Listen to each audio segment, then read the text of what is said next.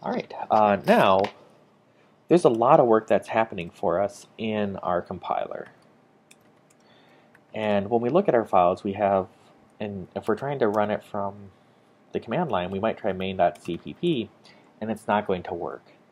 Now, some people are having a problem because you have to sometimes specify, hey, I'm using the standard C++11, but that's not the problem. My compiler uses C++11 standard. So when I do G++ main.cpp, it's failing for a different reason. And the reason is we have to compile all of our C++ variables. And that's something that our point, or not our point, something that cline is doing for me with the point and the complex. So to compile an object, or we call it a pre-compiled object because it's different than the idea of an object from a programming standpoint, we can just type gcc-c and then the name of the CPP file you want to compile. So we can compile our complex. I think we can put two different programs on the line and it will just compile both of them. And when they're compiled, it creates the .o file.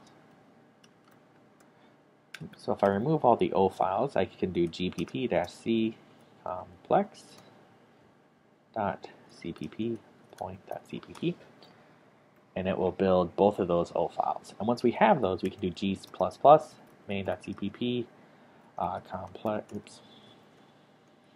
complex.o point.o. And now, when we have these pre-compiled objects, we're able to use those with our main.cpp. And we can see it generates the a.out. If you're on Windows, it might be a.exe. When we run the program, it works exactly how it's supposed to. Now, if I remove those output files, we can also,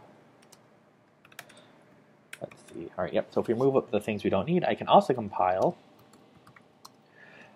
complex.cpp point.cpp. We can also compile by just putting all of the C++ files into the single command line. And when we put everything into the command line like this, what's going to happen is the compiler is going to just look for the main function. That's how it knows where to start. And it's going to compile all the objects, and it's going to do everything. And it's just kind of a cleaner way because you can see we don't create the .o output. So this little note on compiling is something we should be aware of. If you don't have a C++11 compiler, you may have to give it the C++11 flag, G++ std equals C++11 main.cpp complex.cpp point.cpp -o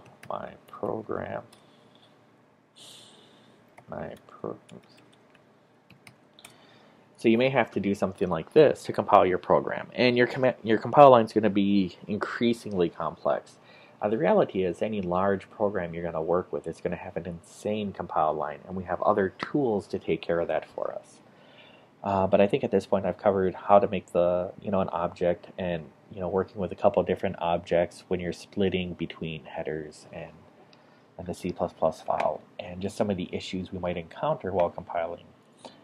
In my class, I know a lot of students are having trouble with not having a C++11 standard compiler by default, and yeah, it's something we just need to be aware of and a little bit careful about. All right, well, I hope this was useful, and thanks for your time.